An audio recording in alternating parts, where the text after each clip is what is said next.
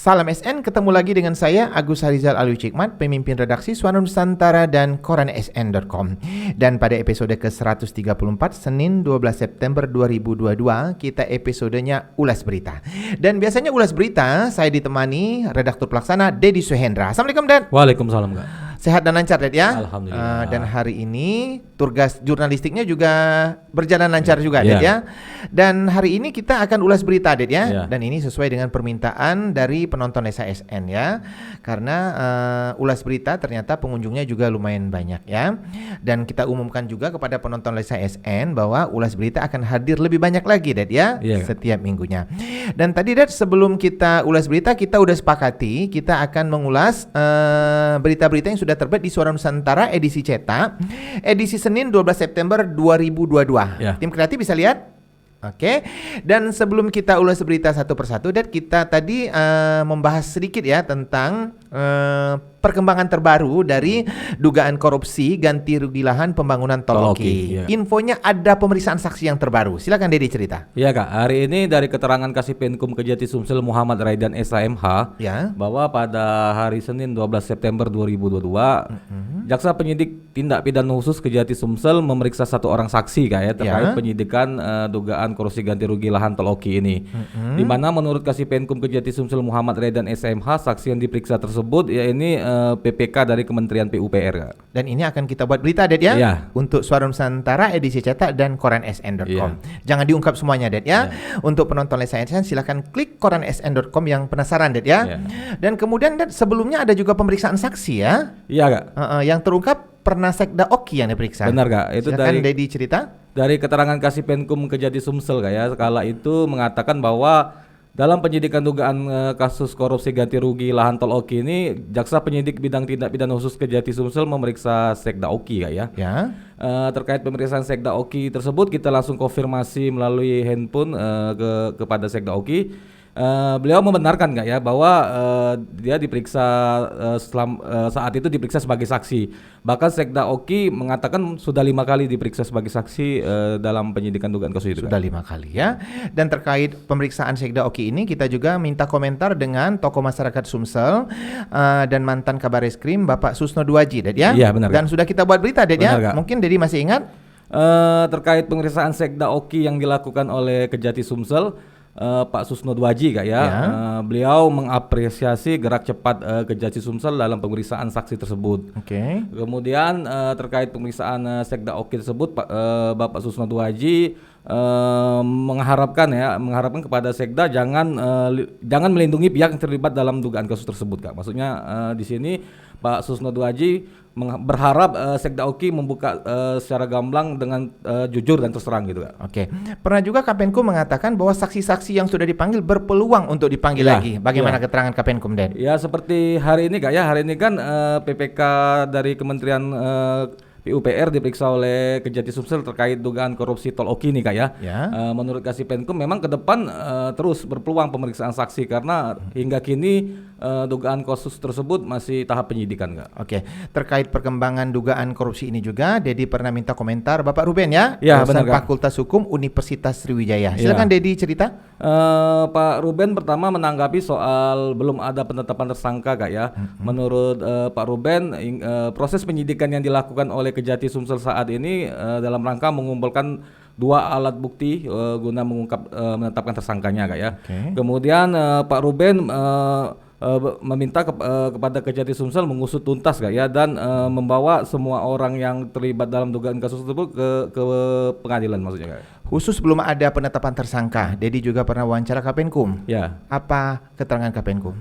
Kasipenkum Kejati Sumsel Muhammad Raidan SHMH mengakui, Kak, ya, dalam perkara ini belum ada penetapan tersangka.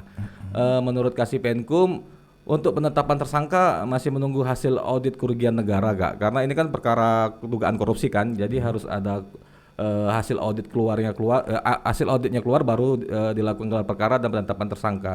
Namun beberapa hari yang lalu kan tim Kejati Sumsel bersama ahli Kak ya, ahli BPKP melakukan pemeriksaan lapangan Kak. Ini juga dalam rangka penghitungan kerugian negara. Kita sangat menyayangkan terjadinya dugaan korupsi ini ya, di mana ini adalah proyek pemerintah pusat ya, benar, Kak. Pembangunan jalan tol ya.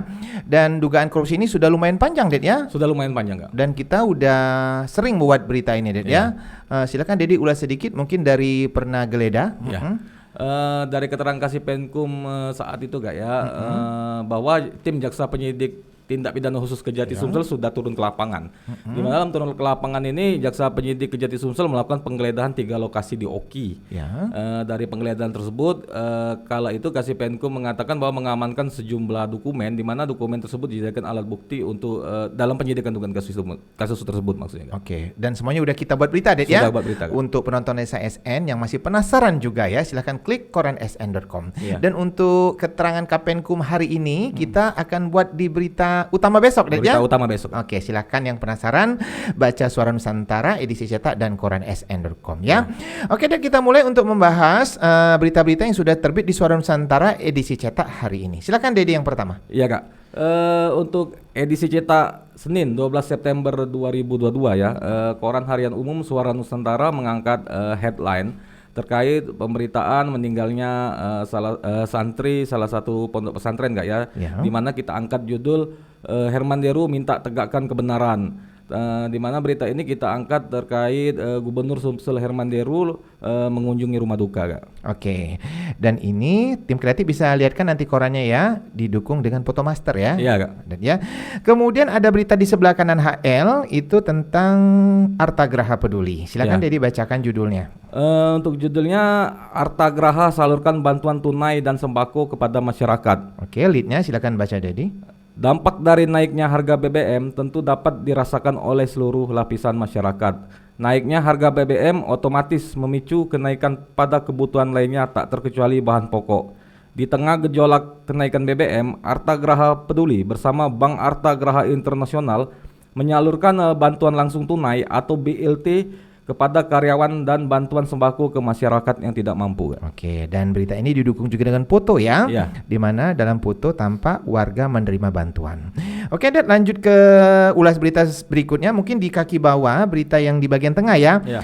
Judulnya penyidikan dugaan korupsi administrasi 2019 di Banyuasin berjalan. Silakan Dedi cerita. Ini berita ini kita angkat dari keterangan Kasih Penkum Kejati Sumsel Muhammad Radian Kak ya, di mana terkait perkembangan penyidikan dugaan kasus korupsi serasi tahun 2019 di Banyuasin, sehingga kita angkat judul bahwa penyidikan dugaan kasus tersebut menurut Kasih Penkum masih berjalan Kak. Oke.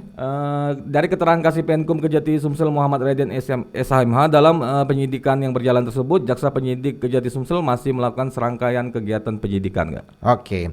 Langsung kita ke berita yang lebih soft ya. Mungkin berita giat pembangunan ini dari pemerintah Kabupaten Muba. Silakan Dedi, berita yang di kaki bagian kanan. Oke. Untuk judulnya kita angkat judul PJ Bupati Muba Apriyadi temui Pangdam 2 Sriwijaya.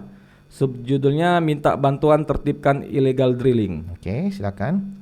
Leadnya kita bacakan. PJ Bupati Muba Dr. Andes Apriyadi MSI terus gencar menggalang kekuatan untuk menertibkan illegal drilling atau sumur minyak ilegal di Kabupaten Muba.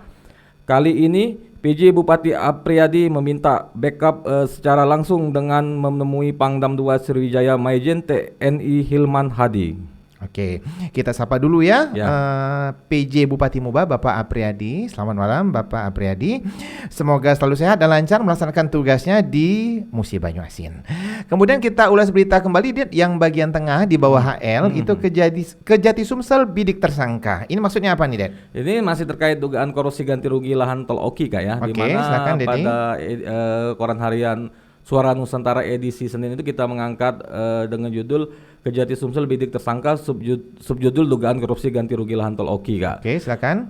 Menurut Kasih Penkum Kejati Sumsel Muhammad Radian SHMH yang kita jadikan berita dalam pemberitaan dalam berita ini Kak ya. Dia mengatakan bahwa penyidikan yang dilakukan oleh Kejati Sumsel ini tujuannya untuk mengungkap tersangka dalam perkara tersebut Kak. Oke, dan ada juga berita yang di sebelahnya ya, tetap agendakan pemeriksaan saksi. Tadi udah kita bahas ya. Oke, dan kita lanjut ke berita siapkan program anti korupsi sejak dini. Ini berita di kaki sebelah kiri. Ini maksudnya apa, Dad? Silakan. Ini berita terkait keterangan Sekda Kota Palembang Ratu Dewa gak ya, di mana terkait pemerintah Kota Palembang tengah menyiapkan program sosialisasi anti korupsi sejak dini dengan menurunkan tim ke sekolah-sekolah ini Kak. Oke ya. Langsung kita ke halaman 12, saya perlihatkan tampilan korannya. Tim kreatif bisa lihat? Oke, silakan Dedi baca judulnya saja. Oke Kak. Untuk halaman 12 ini kita angkat judulnya Sukses Gelar Event Olahraga Level Nasional dan Internasional. Herman Deru dianugerahi penghargaan pembina olahraga berprestasi dari Kemenpora RI. Subjudulnya Fornas ke-6 2022 Sumsel pecahkan rekor muri dengan peserta terbanyak. Oke, kita lanjut ke ulas berita di halaman dalam, Ded ya. Iya, kita langsung ke halaman 2. Ini tim kreatif bisa lihat. Oke, halaman 2 rubriknya adalah Muba Sinergi, Muba Terus Berkarya. Dan kita ulangi lagi bahwa halaman ini adalah halaman kerjasama antara pemerintah Kabupaten Muba dan Koran Suara Nusantara. Di HL kita ambil judul BNPB bakal tinjau pembuatan sodetan di Muba dengan subjudul Solusi Cegah Kebakaran Hutan dan Lahan. Kemudian ada juga berita cegah stunting, beri makanan tambahan ke balita. Kemudian ada juga berita dukung KPK, cegah tipikor di BUMD Muba. Kemudian ada juga berita MTSN 1, Muba kembali ukir prestasi. Kemudian ada satu lagi berita 81 warga desa Jud 2 terima BLT dana desa. Ya, silakan Dedi halaman 3. Oke, untuk halaman 3 ini terkait pemberitaan giat pembangunan Bupati Banyu Asin nggak ya? Ini kita lihatkan dulu. Di mana untuk judulnya Bupati Banyu Asin Haji Askolani turun langsung serap aspirasi masyarakat. Subjudulnya berikan bantuan untuk anak yatim. Oke, silakan Dedi. Linknya kita bacakan nggak ya? Bupati Banyu Asin Haji Askolani SHMH turun langsung ke masyarakat untuk menyerap aspirasi. Hal tersebut dilakukannya dengan melaksanakan safari Jumat. Oke, dan kita sapa juga Bapak Askolani ya, Bupati Banyu Asin ya. Salam untuk Pak Askolani. Semoga selalu lancar ya semua urusan di Kabupaten Banyu Asin. Kemudian kita lanjut ulas berita halaman berapa lagi nih, Ded? Mungkin di halaman ekonomi, Ded. Di halaman ekonomi saya perlihatkan tampilan korannya. Tim kreatif bisa lihat. Oke. Ya, di berita halaman ekonomi ini judulnya adalah rubriknya adalah info bisnis ya, di mana di HL beritanya kita ambil ekonom berstatement perusahaan didorong berikan BLT kepada pekerja. Kemudian ada juga berita Roadshow Lokakarya Telkomsel tingkatkan brand dan digitalisasi bisnis UMKM. Kemudian ada juga berita 29,1% pengguna tetap pakai ojol meski tarif naik. Oke, lanjut ke halaman berikutnya, halaman 6 mungkin Dedi. Oke Kak, untuk halaman 6 ini merupakan kegiatan pemberitaan di Kota Palembang ya. Kota Musi ya. Kota Musi dengan rubriknya. Ini kita perlihatkan tim kreatif. Oke, silakan Dedi. Untuk halaman 6 ini untuk headline-nya kita angkat judul Sambut kehadiran Wakil Ketua KPK di Palembang, subjudul Harno Joyo semoga kita bisa hindari korupsi. Oke. Kemudian ada juga berita dengan judul Kendalikan inflasi di Kota Palembang, subjudul Ratu Dewa launching office forming. Oke. Kemudian ada berita dengan judul Waspada Palembang berpotensi hujan disertai petir. Oke, lanjut ke halaman 7 ini biar saya yang bacakan Dednya. Ini tetap rubriknya Gema Sriwijaya ya. Ini adalah halaman yang khusus memuat berita-berita dari beberapa kabupaten dan kota ya di Sumatera Selatan. Judul HL-nya ini ratusan kader PKS OI tolak kenaikan BBM subsidi. Kemudian ada berita dari Martapura, operasi bibir sumbing gratis. Kemudian di halaman yang sama ini ada berita dari Lahat ya. HUT Partai Demokrat ke-21 momentum raih kejayaan. Berita ini disertai dengan foto ya. Kemudian ada juga berita dari Lahat juga, antusias warga Lahat hadiri HUT Partai Demokrat. Untuk halaman berikutnya, halaman 8 mungkin Dedi bisa perlihatkan. Oke Kak, nih tim kreatif. Halaman 8 ini Gema Sriwijaya ya, di mana terkait pemberitaan dari Pagar Alam, Pak Lawang, Pali, Lubuk Linggau dan Musirawas. Untuk headline-nya kita angkat dari berita di Pali dengan judul Jalan Poros Sungai Ibul, babat perlu perbaikan. Kemudian ada berita dari Pagar Alam, DPW Kota Pagar Alam menggelar seminar public speaking Selanjutnya ada masih berita dari Pagararam, Alpian bagikan bantuan kepada korban banjir. Selanjutnya ada juga berita Lapas kelas 3 Pagararam lakukan giat razia. Kemudian ada berita dari Kabupaten Pali, BKP RMI Pali gelar ujian standarisasi guru ngaji. Oke, lanjut saya bacakan untuk berita-berita yang terbit di halaman 9 ya. Saya perlihatkan dulu ke tim kreatif.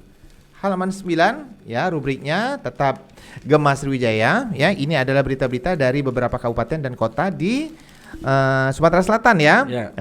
Saya bacakan ini berita dari Kota Prabu Muli, Oki dan Muara Enim. Untuk HL diambil berita usai Tanjung Agung giliran gelombang dikantori Kurniawan. Berita ini disertai dengan foto master. Kemudian ada berita dari Kayu Agung, ratusan pelari Oki ramaikan lomba jelajah alam 5K. Kemudian ada juga berita dari Muara Enim, rayakan hari ulang tahun, Demokrat semangat menangkan pemilihan. Kemudian berita selanjutnya mungkin di halaman 10, silakan Dedi perlihatkan dulu ke tim kreatif. Oke Kak, selanjutnya halaman 10 ini kita perlihatkan dengan kreatif, tim kreatif halaman 10 ya.